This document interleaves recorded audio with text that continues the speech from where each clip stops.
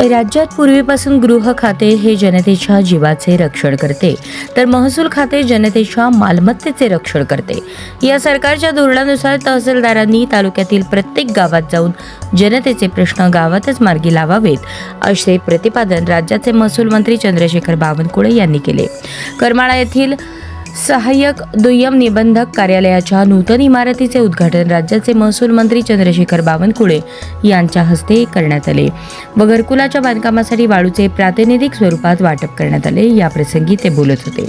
यावेळी आमदार नारायणबा पाटील, माजी खासदार रणजितसिंह नाईक निंबाळकर, जिल्हा परिषद सदस्य गणेश चिवटे, रश्मी बागल, जिल्हाधिकारी एस कार्तिकेयन, निवासी उपजिल्हाधिकारी अभिजित पाटील, प्रांताधिकारी जयश्री आव्हाड, तहसीलदार शिल्पा ठोकडे, सहाय्यक दुय्यम निबंधक एस कोकाटे आदी मान्यवर व अधिकारी कर्मचारी उपस्थित होते.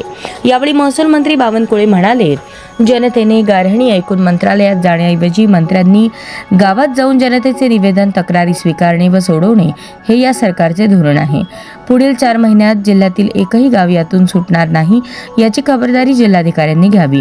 यापुढे मोजणी प्रक्रियेत गतिमानता येण्यासाठी 15 दिवसात मोजणी पूर्ण करणे, जिल्ह्यातील पाणंद रस्ते व वहिवाटीचे रस्ते जिल्हाधिकारी, तहसीलदार, तलाठी यांनी पालकमंत्र्यांचे समन्वय साधून प्रत्येक रस्ते शोधून मोजणी करून शेतकऱ्यांच्या वहिवाटीसाठी सुरू करावेत. तसेच रस्त्याच्या कडेने झाडे लावावीत, जेणेकरून झाडे तोडली जाणार नाहीत, रस्ता बंद होणार नाही. जर कोणी रस्ता अडवला तर त्या व्यक्तीवर कारवाई करण्यात येईल. त्यासाठी जिल्ह्यातील संपूर्ण मोजणी होणे आवश्यक आहे. शेतकऱ्यांसाठी 24 तास लाईट आणि सिंचनासाठी पाणी उपलब्ध करून दिले तर शेतकऱ्यांच्या मुलांना नोकरी मागण्याची आवश्यकता भासणार नाही. त्यामुळे शेतकरी सधन व समृद्ध होईल. पुढील 5 वर्षात सर्व शेतकऱ्यांचे वहिवाटीचे रस्ते बारमाही सुरू होतील. यासाठी हे सरकार प्रयत्नशील आहे.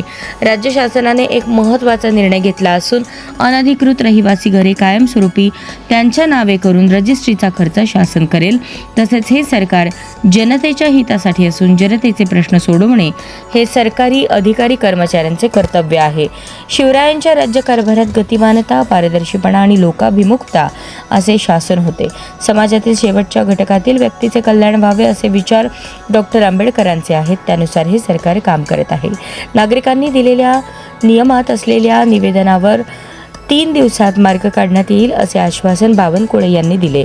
तसेच देवस्थानच्या जमिनीबाबत कायदा सुधारणा करण्याबाबत त्यांनी सांगितले. त्याचबरोबर जनतेची जराही हेळसांड करू नये, जनतेचे प्रश्न तात्काळ सोडवावेत, भ्रष्टाचाराच्या कुठल्याही तक्रारी येता कामा नयेत अशा सूचनाही महसूल मंत्री बावनकुळे यांनी केल्या.